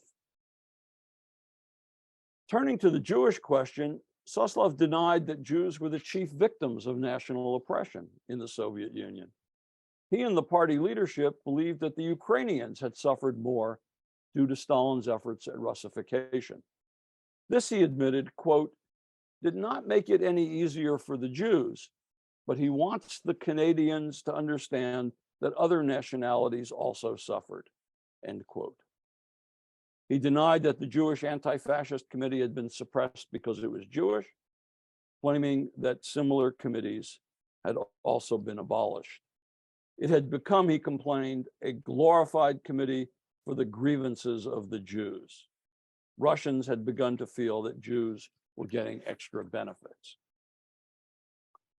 Suslov went on to defend the Soviet Union's record of integrating Jews. They had leading positions throughout the nation, and, quote, they do not want to be Jews and do not want cultural separation, end quote. Those who did were backward elements, anti-communist elements.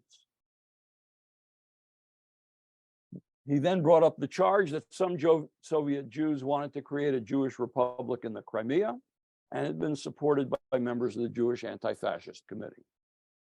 While, quote, he would not offer excuses for crimes which were committed against the Jews, or for the method in which the Jewish Anti-Fascist Committee was handled, communists must keep in mind at all times that Israel is an outpost for United States imperialism. And he reminded the delegation, quote, other nationalities were also suppressed and other peoples were charged with betrayal, end quote. The meeting with Khrushchev was far more hostile.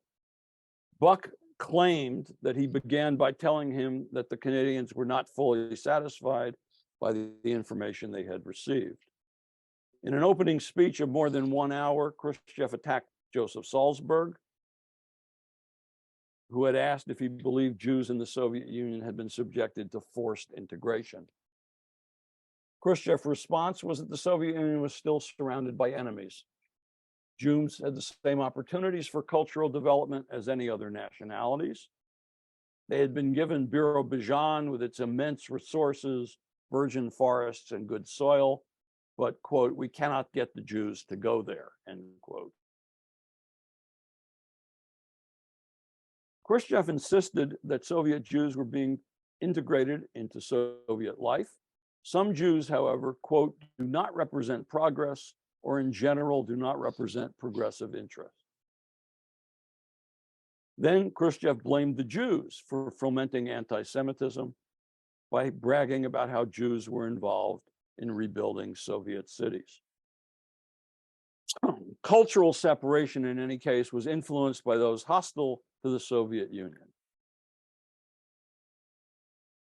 Khrushchev admitted these were all harsh words, but he said he had to speak bluntly because the Soviet Union was not going to give Jews a special status. At one point, he complained that of a group of Russian tourists that had gone abroad, all had returned except 3 Jews. And later he said, my daughter is married to a Jew, end quote. Tim Buck commented to Childs that there was a running argument between Khrushchev and Salzberg, and he thought that Khrushchev should have spoken in a different manner. Salzberg, he said, is very dissatisfied, very unhappy, and he does not know what Salzberg would do, whether he will openly discuss this issue. But he, Buck, hoped he would raise these problems publicly, quote, so that some agreement might be arrived at after these problems are discussed in a comradely fashion. Salzberg did, in fact, publicly air his concerns soon afterwards in, as I mentioned, a Yiddish communist newspaper. But far from consolidating the LPP, his public condemnations of Soviet policy marked the beginning of his decision to finally abandon the party. He no longer wanted to be part of an organization that would acquiesce in Soviet anti-Semitism and abet the systematic whitewashing of Soviet persecution of Jews. Within a year, most of the Jewish members of the Canadian Party in the United Jewish People's Order had quit. Despite his private acknowledgement of the institutional anti-Semitism of the Soviet government and its leaders, Tim Buck remained a loyal communist until he died. Thank you very much. Thank you, Dr. Klehr, and thank you to all the panelists for really a fascinating series of presentations. And now we have about 15 or 20 minutes for questions. So if anyone has questions in the chat, feel free to type them in there. I think I see one already. Dr. Edward Baudois, and this is a question for Dr. Andriewsky. There were Romanians who moved to Canada during the late 1920s and in the early 1930s.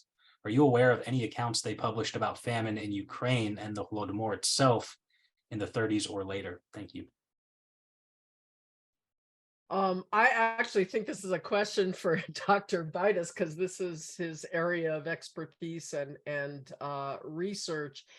In the Ukrainian language press, which has been the focus of my research, there were allusions and mentions of these kinds of accounts, but nothing much in detail. And I'm wondering if Dr. Baudois can illuminate the answer for us.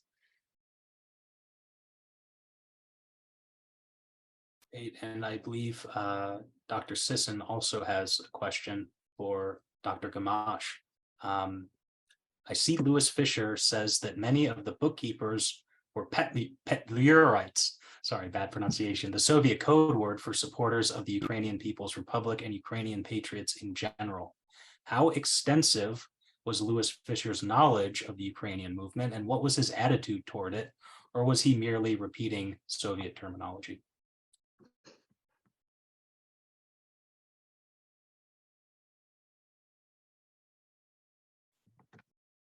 I typed in my answer for that particular question. And I explained that I believe Fisher had extensive knowledge of the Ukrainian People's Republic and Ukrainian patriots in general. His family emigrated from Ukraine, and that leads me to believe that he may have had family still there. His attitude, I think, was quite conflicted when it came to Ukraine. He begins his chapter on the God that failed by recounting stories of pogroms. And he talks about drunken Ukrainian peasants participating in those pogroms. And so that tension is apparent, though he talks quite glowingly about again, Soviet treatment of Ukrainian Jews. Henry, I'm just going to step in now just because we actually have Dr. Baudois. He is Awesome. muted and he is going to give a little response to the question that was asked earlier. Hello, good afternoon to everyone. Can you hear me? Yes. Yep, Yes. Perfect.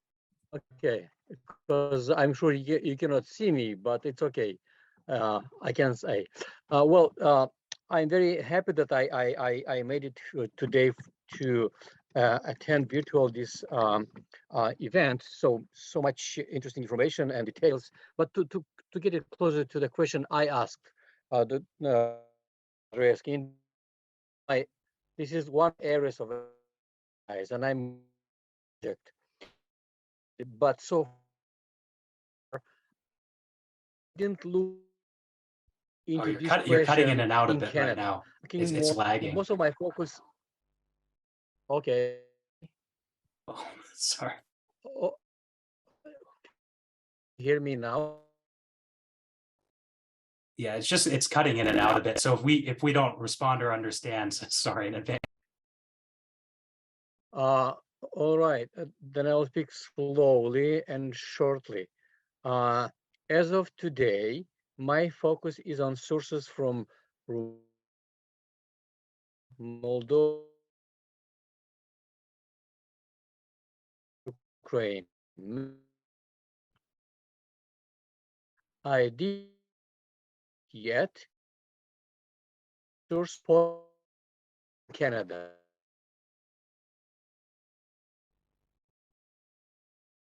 Yeah, sorry that it's really cutting in and out. It's I don't know if anyone else is catching that.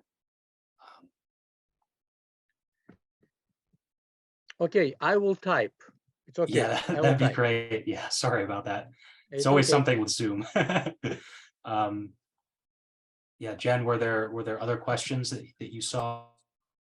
We do have another question in the Q&A chat from Daniel Vorantintsev. I don't know if you can see that, Henry, but I can read it. So, to whomever wishes to answer, it seems to me, as a student of philosophy, that the Canadian LPP delegation was quite ignorant of the philosophy that animated and underpinned Stalin's reign. To what degree did Western communists actually understand the ideas and reasoning behind Stalin's action when defending the USSR's actions in the Western press? Or were they almost useful idiots, disseminating the Soviet narrative without truly understanding or embracing the Stalinist philosophy? So again, this question is open to any of the panelists, if one or more of you wanted to give a quick response. Let me say a word or two about this. I think for the way that many Western communists, in particular American and Canadian communists, responded to the Soviet Union had relatively little to do with philosophy. I think that for many of them, to take Jewish communists in both the United States and Canada, for example, I think for many of them, the support for the Soviet Union came from its perceived opposition to anti-Semitism. And that stemmed from the horrible pogroms that had taken place across Eastern Europe and in Russia at the time of the revolution. The fact that the Soviet Union claimed that it had criminalized anti-Semitism. And then, of course, the fact that the Soviet Union had fought against Hitler. What tended to be overlooked, of course, was that before it fought against Hitler, it had made a pact with him. But for many Jews attracted to communism in the United States and Canada, it was this opposition to fascism that was definitive. And so that made Khrushchev's speech and the attacks on Jewish culture beginning in the late 1940s so shocking to many of these people. They had deliberately looked away for many years. And suddenly they could no longer look away. They were confronted with so much evidence that it was impossible to ignore. Did anyone else have anything? Dr. Cipko? You're muted. I'm just about to unmute myself. Okay, I just wanted to say, and in fact, I will bring up a comment that Olga Andriewsky had made earlier, that yeah, in spite of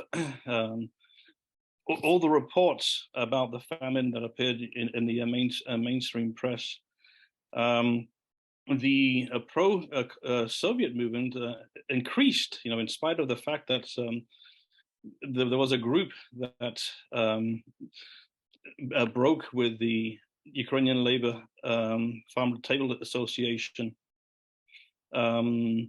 as a result of the famine and other factors, the movement continued to gain popularity. I believe that the Ukrainian Labor Farmer Temple Association had about 3,000 or close to 3,000 members, at about around the time of the famine, and it increased to 10,000, by 1939, if I'm not mistaken. And the same trend can be observed in Argentina. The 3,000 members that I had mentioned, according to the organization's estimates later on, had increased to as many as 12,000, about 10 years, or during the World War II years. Now, what is interesting is how the movement presented the famine to its readers, and that doesn't include just in their their periodical. It includes at their own meetings, and they would make references in the press to eyewitnesses, people that they said were noted individuals in the bourgeois world, and they said that these people had mentioned that there was no famine in Soviet Ukraine. And who were these people? One of them had to, we have heard about considerably in the context of the famine, in relation to the famine, and that was Edouard Herriot. Now, Olga had mentioned, why, in spite of all this major campaign, because as she notes, it was a very major campaign among Ukrainians in the diaspora. Was there why was there very little reaction? And one clue you can find in the pro-Soviet Ukrainian periodical in Canada, and that is that they kept pointing to the Soviet harvest in the summer and fall of 1933, which they described as the best in 35 years. And this appeared all throughout the mainstream press. Another example, I think, is when a Soviet official eventually makes some semblance of an admission that a famine had taken place, and that was Alexander Satkin. But he spoke of thousands of victims, rather than millions of victims. But anyhow, when Cardinal Initsa began to make appeals on behalf of the Ukrainians, starving Ukrainians, or the starving in the Soviet Union, some mainstream newspapers kept pointed to this this harvest of in the summer and fall of 1933.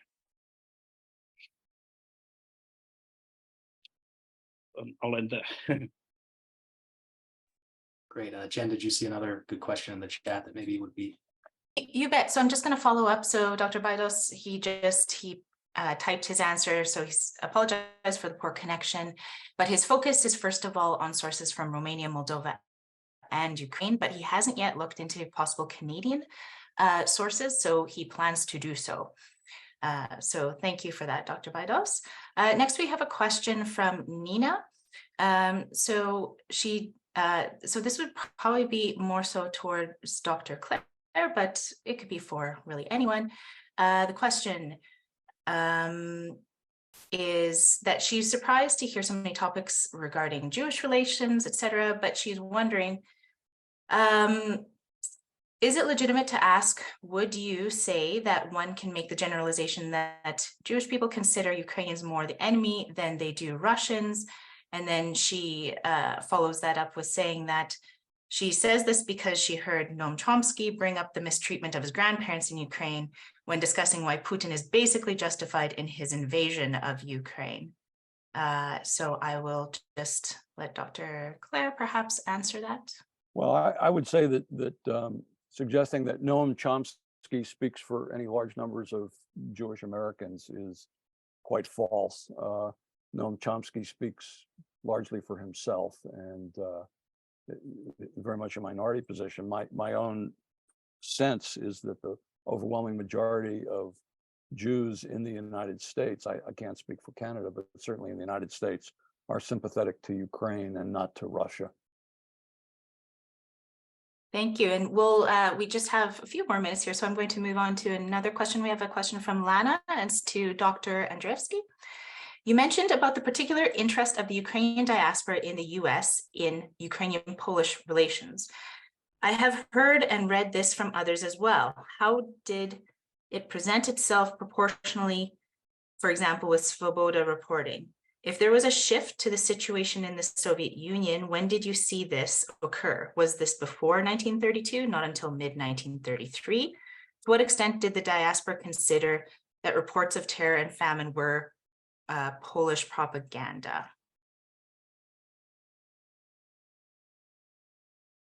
Okay.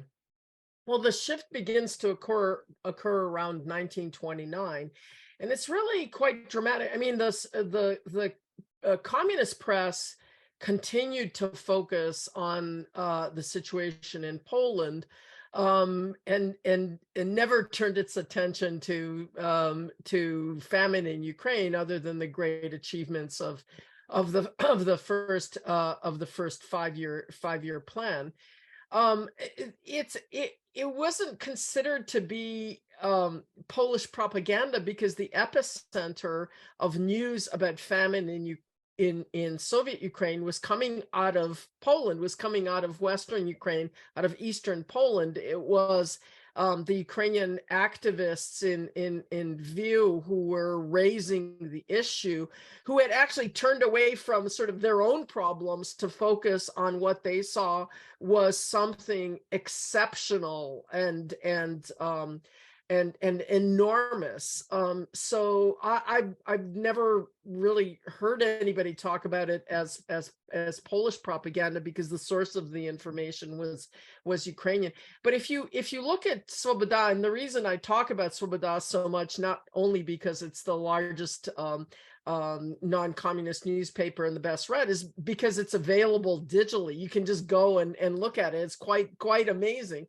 And you can just see it. The 1920s are all about relations between Ukrainians and Poles in Eastern Galicia, and that's day after day, story after story, and then suddenly there's this huge shift.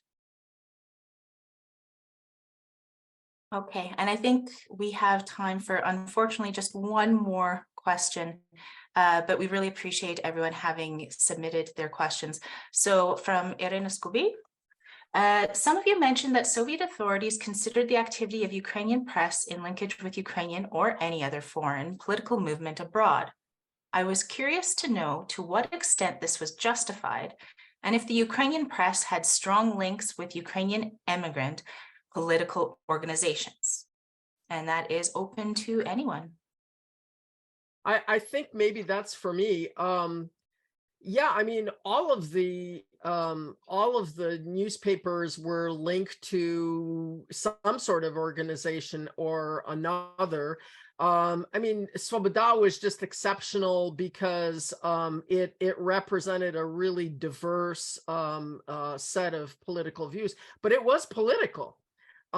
It had a political point of view. It had a Ukrainian political point of view, although it wasn't strictly sort of Democrat or Republican or nationalist or socialist. So yeah, the press was in a large degree, the Ukrainian language press was maintained by people who were political. If I'm understanding the question correctly. If I can just add a little bit to this from the Canadian perspective, I gave the figures for the pro-Soviet Ukrainian periodical in Canada. There's a couple of other periodicals for which I can provide statistics and also some background. One is the the Ukrainian weekly, the Kanadyjski Farmer, which was in favor of the Conservative Party of Canada, and it had 14,000 subscribers in 1930. And another one is Ukrainsky Holos, which was tied to the Ukrainian Self-Reliance League of Canada, which was Orthodox, and that's a periodical, also a weekly, had 15,000 subscribers. And then there was another one, Ukrainsky Visti. I don't have the circulation figures for that one, but that was tied to the Ukrainian Catholic Church in Canada. Great. Well, unfortunately, we're out of time, but I really everyone for showing up and coming. I see one of my students, Tobin Fellon, in the chat, which is great. And thank you again to the participants for these wonderful presentations, which will hopefully be available soon online as well. And I hope everyone has a great weekend. Right, and good night. Thank you. Thank you. Thank you.